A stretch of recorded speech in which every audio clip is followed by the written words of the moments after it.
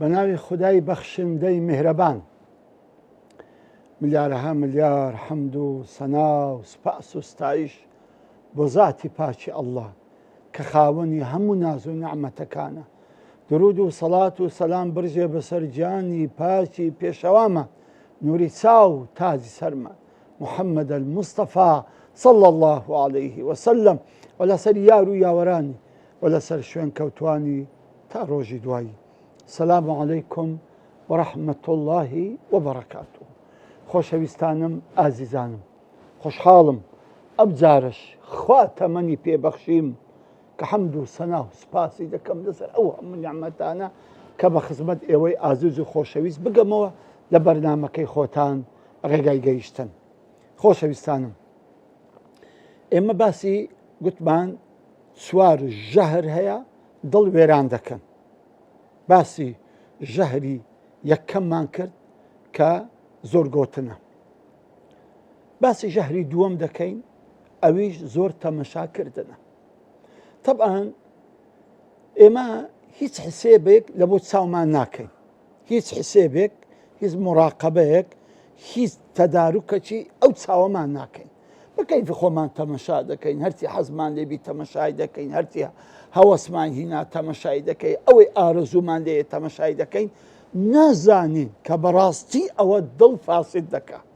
چونکە ئازیزانم لە بەینی چاو و لە بەینی دڵ لەو مەسافەی سبحان الله ئەگەر ئاگات لێ نەبی هەرچی ئەوەی کە دڵ تەمەشای دەکە وێرانی دەکە. بەڕاستی ئەرچی کەوە چاو تەمەشای دەکە ئەو دڵی وێران دەکاتن. بۆیە ئاگدار بە لە بەینی چاو و لە بەینی دڵ کۆمەڵک مەنافیس و کۆمەڵک کۆران و ڕێ هەیە کە هەموو ئەوانەوە دەکەن دڵت فاسد ببیتن. دا بۆیە پێغەمبەری خوا صلی الله عليه وسلم بزانە چەند بە جوانی دەفەرمێ النەظرەة سەهم مەسموم من سهام ئیبلیس. الله دەفەرمی تەمەشاکردن، نەزەرکردن تیرێکی ژەهراوی ئیبلیسە. من غض بصره لله. الله کەسێک لەبەر خوا، لەبەر ترسی خوا، لەبەر هەیبەتی خوا، لەبەر عەزەمەتی خوای گەورە چاوی خۆی بگری و تەمەشای حرام نەکە، ئەورەثه الله حلاوة إلى يوم القيامة. دەفەرمی خوای گەورە یەک شیرناتی ئەداتێ، شیرناتی ئیمانی ئەداتە دڵی ئەو کەسەی هەتا ڕۆژی قیامەتی. سبحان الله. لۆ ئەمە تام و لەزەت لە عیبادەت ناکەین، لۆ تام و لەزەت لە دوعا ناکەین، لەبەرەوەی ئەو چاوەمان ئەو دڵی ژەهراوی کردووە. لۆیە کە ژەهراوی کردووە ئیمانەکەشی لەگە خۆ ژەهراوی کردووە و بانگراودی کردووە، جا بۆیە بەڕاستی ئێمەی وێران کردووە. جا ئازیزانم زۆر گرینگە ئەمە حسابی هەموو شتێکی چاومان بکەین، چونکە چاو کە تەمەشای شتی جوان دەکە و خاستەن ئەو شتە جوانانەی کە حرامن یەکسەر پێ معجب دەبی. یەکەمیشت بە جوانی ئافرەتەکەی معجب دەبی، یان بە جوانی ئەو وێنەی کە تەمەشای دەکەی حرامە معجب دەبی. ئەوە خاڵی یەکەم. کە معجب بووی، خاڵی دووەم یەکسەر دڵت پێ مەشغوڵ دەبی. ئەمە زۆر خەتەرە. کە دڵت پێ مەشغوڵ بوو فکریشت پێ مەشغوڵ دەبی. ئەوانە ڕەبتیان بەیەکە، فکر و دڵ ڕەبتیان بەیەکە. چاو دەچێت تەبع دەکاتن لە مێشکت، لە مخت تەبع دەکات دەداتە دڵیشت. کە فکر و خەیاڵت لۆ دروست بوو ئەو جارە یەکسەر چ دەکا ئەو جارە دەی هەموو غەمت لۆ دروست دەبی کە متابعی بکەیت، کە لە دووی بڕۆی، کە مەشغوڵت کاتن. سبحان الله کە مەشغوڵ بووی لە دووی چۆی ئە لێرە شەهەوات دەوری خۆیان دەبین و هەوا و شەیتان لێت قیدەبنەوە لۆ جوان دەکەن و ماڵت وێران دەکەن. سبحان الله هەمووی ئەو هەرا هۆریایە لە چێ دەستی پێکرد؟ لە یەکەم تەمەشاکردنی دەستی پێکرد. بۆیە پێغەمبەر عەلەیهی سەڵات وەسەلام فەرمووی یەکەمت لە بۆ هەیە، بەڵام دووەمت لەسەر حیسێبە. ڕاستە کە ئەمن دەڕۆیشتم یان ئەوڕم داوە کەسێکم دیت کە حرامە لە من تەماشایکە ئافرەتێک دیمەنێکی ناشرن وێنەیەکی ناشرن ئەوە جاری کە چاوت پێکەت خواگلەی لێ ناکە بەڵام کە چاو نوقاندەوە دووەم جار لەسرم حسێبە جا بۆیە زۆر خەریکە وەڵڵاهی زۆر جاران هەبووە یەک نەزەر ماڵی کەسێکی وێران کردووە یەک نەزەر ماڵی وێران کردووە یەک تەماشاکردنی ڕووی ئافرەتێکی جوان ئەو کابرای ژیانی لێ تاڵ کردووە زانن لۆ چکە ئەم تەمەشاکردن یەک سەهمی ژەهراوی بووە یەکسەر بە دڵی کەوتووە کە بە دڵی کە دڵی مەشغوڵ دەکات کە دڵی مەشغوڵ کرد ئیتر فکر و خەیاڵی بۆ دروست دەبی کە فکر و خەیاڵی بۆ دروست بوو ئیشی هەوا و شەیتان ئەوەیە کە بێن ئەو وێنەی کە دیدیتی ئەو ڕسمەی کە دیدیتی ئەو شتەی کە دیتی زۆری لە بۆ جوانکەن زۆری لە بۆ خۆشکەن زۆری لە بۆ بەلەزەتکەن حتاکو وەی لێدێ شەهواتەکەی لەسەری غالب دەبی و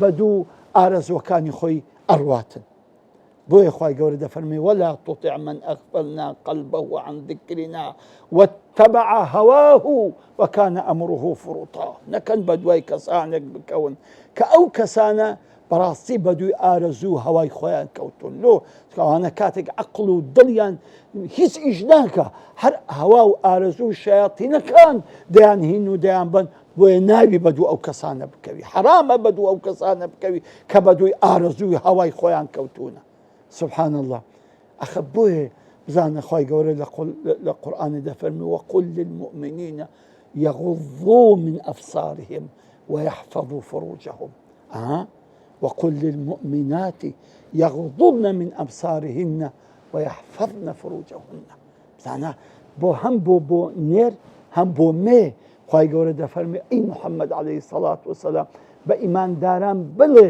با چاوی خۆیان داگرن يغضوا من أبصارهم طبعا تو ناتوانین چاوی خۆت بە کوردی قەپاتکەی بڕۆی سرت بە سەد شتان دەکەوی بەڵام من ئەبصارهم یعنی ئەو شتانی ئەو دیمەنانەی ئەو وێنانەی ئەو شتانی کە حرامە ئەو شتانی کە تووشی بەڵات دەکات تووشی فتنە دەکات تووشی گوناح دەکات ئەو چاوانە دابگرە ئەو وەختی چاوەکانت من ئەبصارهم يغضوا من أبصارهم بە ئەو وەختی لەو حاڵەتەدا چاوی خۆی بگریتن سبحان الله ئەمما ئەگەر چاوت نەگری بزانە خوای گەورە چی فێرموو ويحفظوا فروجهم چکە چاوەوە لێ دەکا فەرزیشت تووشی گوناح ببیتن داوێن پیست لێ دەرچی و دامێنت تووشی گوناح ببی چاوەوە لێ دەکاتن چاوە سبحان الله وە لێ دەکاتن ئەوە هەوا و شەیتان وە لێ دەکەن دیمەنەکە و ڕسمەکە و وێنەکە و جوانیەکەت ئەوەندە لە بۆ جوان و دەڕازێنەوە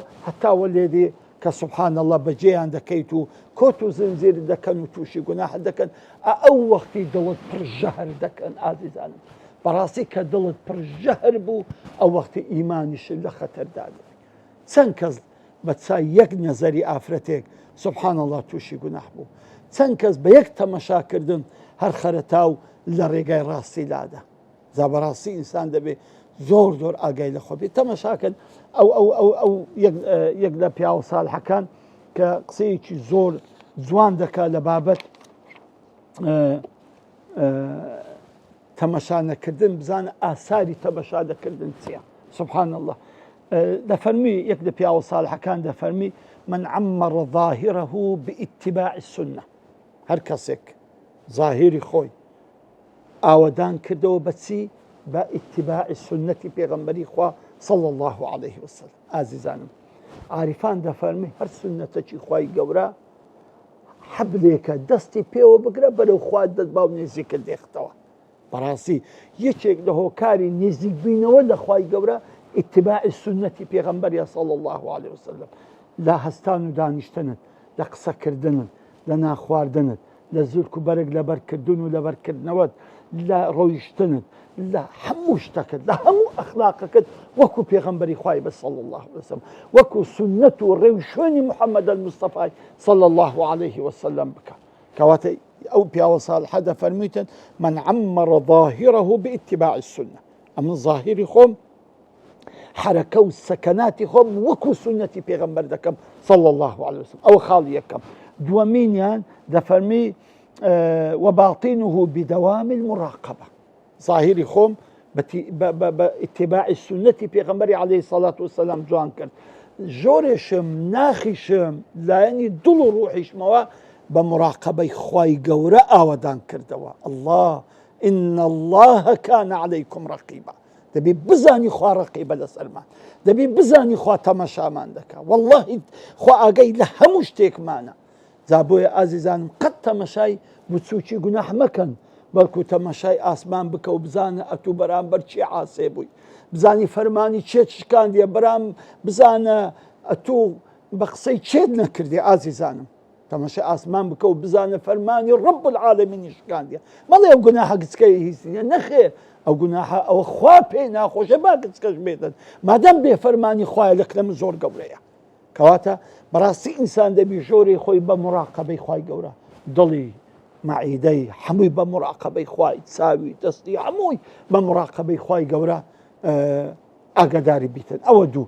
سێمینیان فەرمووی وغض بصره عن المحارم. یەکەمیمان گوتمان ظاهری خۆی بە ئیتیباعی سونە، دووەمین باڵتینی خۆی بە بەردەوامی مراقبەی خوای تعالە لەسەر خۆیدان بنێ بە دەقیقی. سێمینیان بەچی وغض بصره عن المحارم، بەڕاستی چاوی خۆی بگری لە حرام، چاوی خۆی بنوقێنی بەرامبەر حرام. هەر تەماشاکردنێکی حرام بی، هەر وێنەیەکی حرام بی، هەر ڕسمێکی حرام بی تەماشای نەکاتن.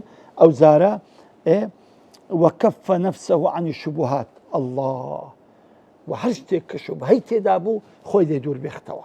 هەر نانێک کە شوبهەی تێدا بی نەیخوا، هەر ڕزقێک شوبهەی تێدا بی نەی هەبێ، هەر شوێنێک شوبهەی تێدا بی نەچی، هەر شتێک شوبهەی تێدا بی دەستی لۆ نەبە. بەڕاستی ئەوە مهمە.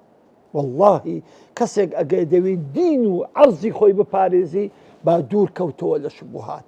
فمن وقع في الشبهات وقع في الحرام. پێغەمبەر دەفەرمێ عەلەیهی الصەلاة وەسەلام هەر کەسێک تووشی شوبهات بوو یەخسەر تووشی حرامیش دەبی. ئەو زارە ئاخری دەفەرمی واغتەذا بالحەلال، دەفەرمی ئەو کەسە بەڕاستی نانی حەڵاڵی دەخوارد، بەس نانی حەڵالی دەخوارد، ئەو کەسە خوا یەک بەهرەی دەداتێ. دەفەرمی قەت فیراسەی ئەو کەسەی غەڵەت دەرناسی، فیراسەکانی 100% دەردەچی لۆ، چکە دەبتە ساحیبی کەرامات.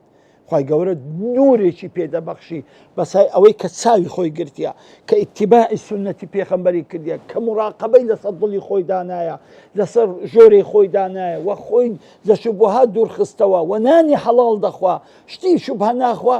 بەڕاستی ئەو کەسە خوای گەورە وەدەکات نورێکی داوێتە ناو دڵی ئەو ئینسانە، هەر قسەیەک بکە ڕێک ئەو قسەی وی دەردەچیتە. الله لەم تخطئ له فەریسە. قەت هەر فیراسەتێکی گوت، هەر قسەیەکی گوت، ئەو بە نووری خوای ئەو قسەی دەکا لۆی 100% تەواو دەردەچی. جەماعەتێک هاتنەکەن ئیمامی عوثمان ڕەزا و ڕەحمەتی خوای لێبی، ئیمامی عوثمان ئەوها تەماشای کرد، فەرمووی هەندێک چاوان دەبینم زینای کردووە، یەکسەر سبحان الله شەرمیان لە خۆ کردەوە. وتەنیا ئیمام چۆن دەزانی؟ فەرمووی اتقوا فراسة المؤمن فإنه ينظر بنور الله. فەرمی خۆتان بپارێزن لە فیراسەی ئیمانداران، چکە بە نووری خوا دەزانیتن و دەبینیتن. فعلا یەکێک لەوانە کە میوانی ئیمامی عوثمان بوو، لە ڕێیەکە هاتبوون تەماشای ڕوخساری ئافرەتێکی کرده بوو، ئینجا هات بۆکن ئیمامی عوثمان. سبحان الله لۆی هەندێک لە پیاوانی ئومەتی محەممەد عەلەیهی الصەلاة وەسەلام سبحان الله هەر تەماشات بکەن بە ئەمری ئەو خودایە دەزانن کەوا ئەتوو تووشی گوناح بووی، یعنی ئاساری گوناحەکە لەسەر دەبینن. زەبەڕاستی ئینسان بۆ ئەوەی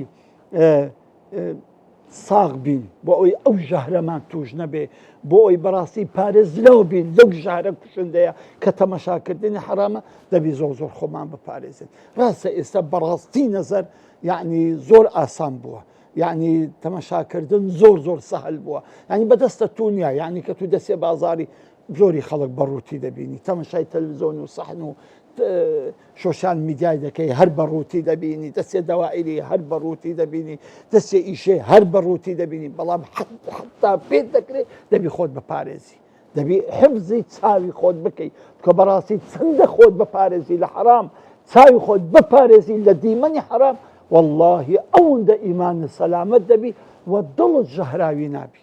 کە ئازیزانم بەخوای ئەو چاوات بەش ژەهرەکانی ئیبلیس، تیرەکانی ئیبلیس کە ژەهراوین سبحان الله بەڕێی چاوە دەیگۆستەوە لە بۆ دڵت، کە دڵت ژەهراوی بوو بە وێنەی خراپ سبحان الله دڵت مەشغوڵ دەبی، کە دڵت مەشغوڵ بوو ئۆتۆماتیکیەن ئیمانیشت فاسد دەبی کە ئیمانیشت فاسد بوو بەخوای عاقبەتمان خێر نابیتە.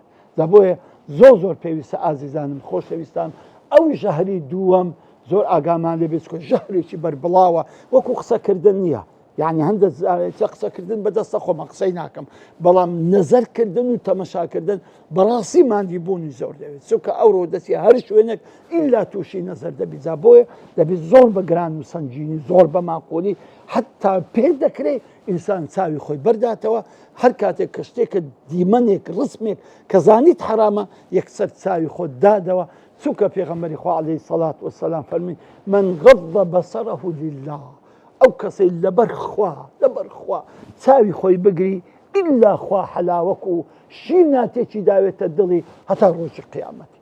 سبحان الله. مامۆستا سەید محەممەدی پیرداودی هەبوو هەزار ڕەحمەتی خوای لێبی کە وەخت خۆی لە مزگەفتی فورقان بوو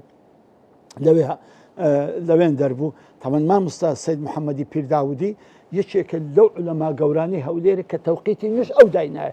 ئێستا کە هەمومان نوێژ دەکەین و بانگ دەدرێت ئەو تەوقیتەکانی دانای ڕەبی خوا جەزای خێری بداتەوە هەر ئەوەی بەسە لۆ قیامەتی. سبحان الله کتابی ئەخیندەوە بەبێ عینەک طبعا ئەمن عینەکی لە چاو نەکەم هەر کۆرەم چاوم نابینی بەڕاستی یعنی سبحان الله ئەو کتێبە وردانی قەدیمە دیتێ کتێب پەرزەر دەکەن زۆر ورد نووسرایە طبعا هەمووی دەخیندەوە بەبێ عینەک. سبحان الله. وەڵی یەکێک جارێک دەی پرسی گوتی مامۆستا ماشەڵڵا دەبی زۆر بە جوانی ئەو کتابانە بەبێ عینەک دەخینەوە چۆنە چاوت مایە؟ دەزانی فەرموویچی؟ فەرمی وەڵڵاهی حتا ئێستا ڕووی براژنەکانم نازانم کووە، ڕووی براژنم نازانم کووە. دەی سبحان الله بە ئێمە دەڵێ سێ ئازیزانم جا بۆیە کەسێک چاوی خۆی بپارێزی خوا دڵی دەپارێزی کە دڵی پارازرا ئیمانیشی سەلامەت دەبی. تاکو دیدار و بۆ ژەهری سێیەم بەخوای گەورەتان دەسپێرم. وەسەلامو عەلەیکم وەڕەحمەتوڵڵاهی وبەرەکاتوه.